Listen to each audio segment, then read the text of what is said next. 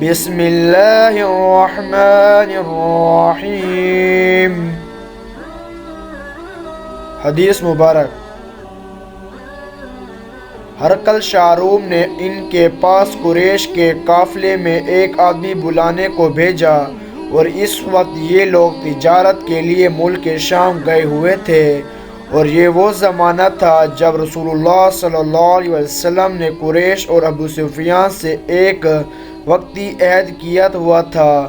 جب ابو سفیان اور دوسرے لوگ ہرقل کے پاس اہلیہ پہنچے، جہاں ہرقل نے دربار طلب کیا تھا، اس کے گرد روم کے بڑے بڑے لوگ، علماء، وزراء، امراء بیٹھے ہوئے تھے۔ ہرقل نے ان کو اور اپنے ترجمانوں کو بلایا، پھر ان سے پوچھا کہ تم میں سے کون شخص مدعی رسالت کا زیادہ قریب عزیز ہے؟ ابو سفیان کہتا ہے کہ میں بول اٹھا کہ میں اس کا سب سے زیادہ قریب رشتہ دار ہوں۔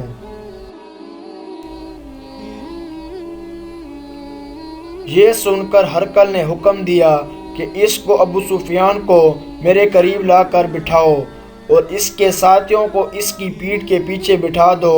پھر اپنے ترجمان سے کہا کہ ان لوگوں سے کہہ دو کہ میں ابو سفیان اس شخص کے یعنی حضرت محمد صلی اللہ علیہ وسلم کے حالات پوچھتا ہوں۔ اگر یہ مجھ سے کسی بات میں جھوٹ بول دیں تو تم اس کا جھوٹ ظاہر کر دینا۔ ابو سفیان کا قول ہے کہ اللہ کی قسم، اگر مجھ میں یہ غیرت نہ آتی کہ یہ لوگ مجھ کو جھٹلائیں گے تو میں آپ صلی اللہ علیہ وسلم کی نسبت ضرور غلط گوئی سے کام لیتا۔ خیر، پہلی بات جو ہرقل نے مجھ سے پوچھی وہ یہ کہ اس شخص کا خاندان تم لوگوں میں کیسا ہے؟ میں نے کہا وہ تو بڑے اونچے عالی نسب والے ہیں۔ کہنے لگا اس سے پہلے بھی کسی نے تم لوگوں میں ایسی بات کہی تھی؟ میں نے کہا نہیں۔ کہنے لگا اچھا اس کے بڑوں میں کوئی بادشاہ ہوا ہے؟ میں نے کہا نہیں۔ پھر اس نے کہا بڑے لوگوں نے ان کی پیروی اختیار کی ہے یا کمزوروں نے؟ میں نے کہا نہیں، کمزوروں نے۔ پھر کہنے لگا اس کے تابعات عرض بڑھتے جاتے ہیں یا کوئی ساتھی پھر بھی جاتا ہے؟ میں نے کہا نہیں۔ کہنے لگا کیا اپنے اس دعوے نبوت سے پہلے کبھی کسی بھی موقع پر اس نے جھوٹ بولا ہے؟ میں نے کہا نہیں۔ اور اب ہماری اس سے صلح کی ایک مقررہ مدت ٹھہری ہوئی ہے، معلوم نہیں وہ اس میں کیا کرنے والا ہے۔ ابو سفیان کہتا ہے میں نے اس بات کے سوا اور کوئی جھوٹ اس کی گفتگو میں شامل نہ کر سکا۔ ہرقل نے کہا کیا تمہاری اس سے کبھی لڑائی بھی ہوتی ہے؟ ہم نے کہا کہ ہاں۔ بولا پھر تمہاری اور اس کی جنگ کا کیا حال ہوتا ہے؟ میں نے کہا لڑائی ڈھول کی طرح ہے، کبھی وہ ہم سے میدان جنگ جیت لیتا ہے اور کبھی ہم اس سے جیت لیتے ہیں۔ ہرقل نے پوچھا وہ تمہاری کس بات کا حکم دیتا ہے؟ میں نے کہا وہ کہتا ہے کہ صرف ایک اللہ ہی کی عبادت کرو، اس کا کسی کو شریک نہ بناؤ، اور اپنے باپ دادا کی شرک کی باتیں چھوڑ دو، اور ہماری نمازیں پڑھنا، سچ بولنا، پرہیزگاری اور صلح رحمی کا حکم دیتا ہے۔ یہ سب سن کر پھر ہرقل نے اپنے ترجمان سے کہا کہ ابو سفیان سے کہہ دے کہ میں نے تم سے اس کا نسب پوچھا تو تم نے کہا کہ وہ ہم میں عالی نسب ہے، اور پیغمبر اپنی قوم میں عالی نسب ہی بھیجے جایا کرتے ہیں۔ میں نے تم سے پوچھا کہ دعویٰ نبوت کی یہ بات تمہارے اندر اس سے پہلے کسی اور نے بھی کہی تھی تو تم نے جواب دیا کہ نہیں۔ تب میں نے اپنے دل میں کہا کہ اگر یہ بات اس سے پہلے کسی نے کہی ہوتی تو میں سمجھتا کہ اس شخص نے بھی اس بات کی تقلید کی ہے جو پہلے کہی چکی ہے۔ میں نے تم سے پوچھا کہ اس کے بڑوں میں کوئی بادشاہ بھی گزرا ہے؟ تم نے کہا کہ نہیں۔ تو میں نے دل میں کہا کہ ان کے بزرگوں میں سے کوئی بادشاہ ہوا ہوگا تو کہہ دوں گا کہ وہ شخص اس بہانے سے اپنے آباء و اجداد کی بادشاہت اور ان کا ملک دوبارہ حاصل کرنا چاہتا ہے۔ اور میں نے تم سے پوچھا کہ اس بات کے کہنے یعنی پیغمبری کا دعویٰ کرنے سے پہلے تم نے کبھی اس کا درخت گوئی کا الزام لگایا ہے؟ تو میں نے کہا کہ نہیں۔ تو میں نے سمجھ لیا کہ جو شخص آدمیوں کے ساتھ درخت گوئی سے بچے وہ اللہ کے بارے میں کیسا جھوٹ بات کہہ سکتا ہے۔ اور میں نے تم سے پوچھا کہ بڑے لوگ اس کے پیروکار ہوتے ہیں یہ کمزور آدمی؟ تم نے کہا کمزور نے اس کی اتباع کی ہے۔ تو دراصل یہی لوگ پیغمبروں کے متبعین ہوتے ہیں۔ اور میں نے تم سے پوچھا کہ اس کے ساتھی بڑھ رہے ہیں یا کم ہو رہے ہیں؟ تم نے کہا کہ وہ بڑھ رہے ہیں، اور ایمان کی کیفیت یہی ہوتی ہے حتیٰ کہ وہ کامل ہو جاتے ہیں۔ اور میں نے تم سے پوچھا کہ آیا کوئی شخص اس کے دین سے ناخوش ہو کر مرتد بھی ہو جاتا ہے؟ تم نے کہا نہیں۔ تو ایمان کی خصوصیت بھی یہی ہے، جن کے دلوں میں اس کے مستبد رواج بس جائیں وہ اس سے لوٹ نہیں کرتے۔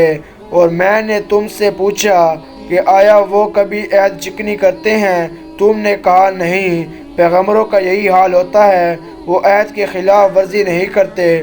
اور میں نے تم سے کہا کہ وہ تم سے کسی چیز کے لیے کہتے ہیں؟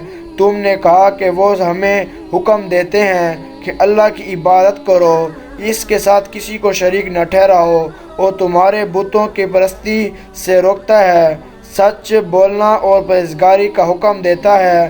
لہٰذا اگر یہ باتیں جو تم کہہ رہے ہو سچ ہیں تو ان قریب وہ اس جگہ کا مالک ہو جائے گا کہ جہاں میرے یہ دونوں پاؤں ہیں۔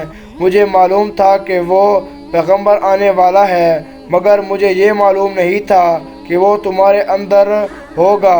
اگر میں جانتا کہ اس تک پہنچ سکوں گا تو اس سے ملنے کے لیے ہر تکلیف گوارا کرتا۔ اگر میں اس کے پاس ہوتا تو اس کے پاؤں دھوتا۔ ہرقل نے رسول اللہ صلی اللہ علیہ وسلم پر وہ خط منگوایا جو آپ نے دہلیہ کلبیہ رضی اللہ عنہ کے ذریعے حاکم بصری کے پاس بھجوایا تھا، اور اس نے وہ ہرقل کے پاس بھجوا دیا تھا۔ پھر اس کے پڑھا تو اس میں لکھا تھا، اللہ کے نام کے ساتھ جو نہایت مہربان اور رحم والا ہے۔ اللہ کے بندے اور اس کے پیغمبر محمد صلی اللہ علیہ وسلم کی طرف سے یہ خط ہے۔ شاروم کے لیے اس شخص پر سلام ہو جو ہدایت کی پیروی کرے۔ اس کے بعد میں آپ کے سامنے دعوت اسلام پیش کرتا ہوں۔ اگر آپ اسلام لے آئیں گے تو دین و دنیا سلامت نصیب ہوگی، اللہ آپ کو دوہرا ثواب دے گا۔ اور اگر آپ میری دعوت سے روگردانی کریں گے تو آپ کی رعایا کا گناہ بھی آپ ہی پر ہوگا۔ اور اے اہل کتاب، ایک ایسی بات پر جاؤں جو ہماری اور تمہارے درمیان یکساں ہے، وہ یہ کہ ہم اللہ کے سوا کسی کی عبادت نہ کریں اور کسی کو اس کا شریک نہ ٹھہرائیں، اور نہ ہم میں سے کوئی کسی کو اللہ کے سوا اپنا رب بنائے۔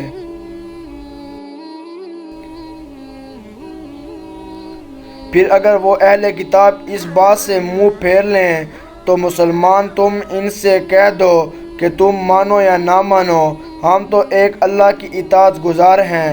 ابو سفیان کہتے ہیں، جب ہرقل نے جو کچھ کہنا تھا کہہ دیا اور خط پڑھ کر فارغ ہوا تو اس کے ارد گرد بہت شور غوغوس ہوا، بہت سی آوازیں اٹھی اور ہمیں باہر نکال دیا گیا۔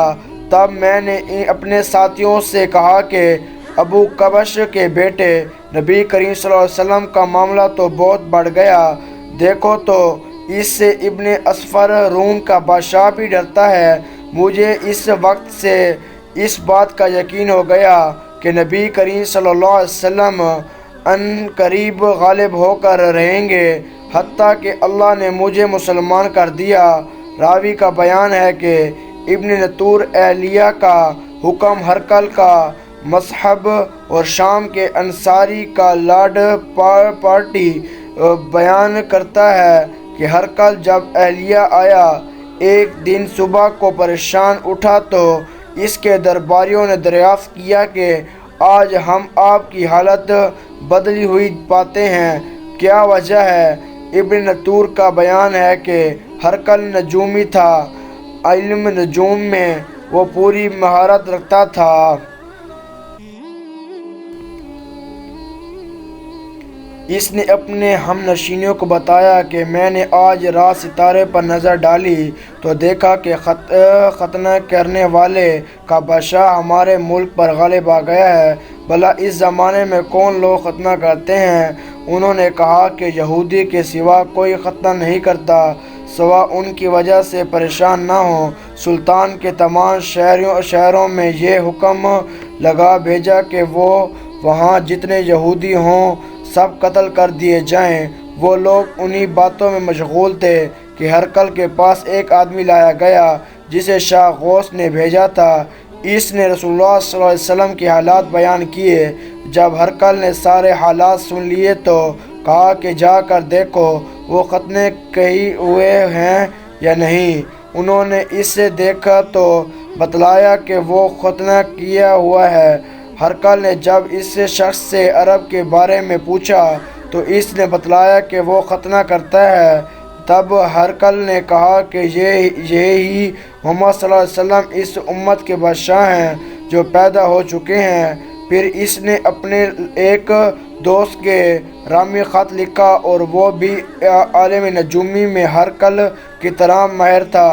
پھر وہاں سے ہرقل حماس چلا گیا۔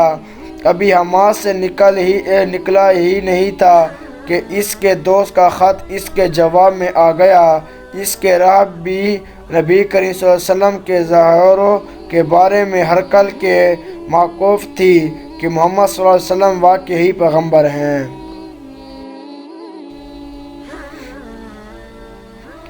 اس کے بعد ہرقل نے روم کے بڑے آدمیوں کو اپنے حماس کے محل میں طلب کیا اور اس کے حکم سے محل کے دروازے بند کر لیے گئے۔ پھر وہ اپنے خاص محل سے باہر آیا اور کہا، اے روم والو، کیا ہدایت اور کامیابی میں کچھ حصہ تمہارے لیے بھی ہے؟ اگر تم اپنی سلطنت کی بقا چاہتے ہو تو پھر اس نبی کی بیعت کر لو اور مسلمان ہو جاؤ۔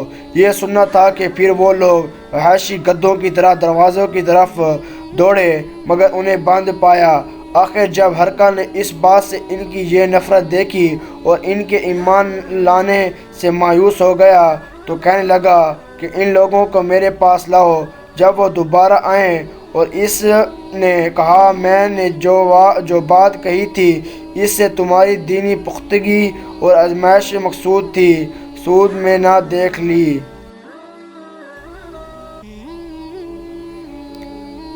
تب یہ بات سن کر وہ سب کے سب اس کے سامنے سجدے میں گر پڑے اور اس سے خوش ہو گئے۔ بالآخر ہرقل کی آخری حالت یہ ہی رہی۔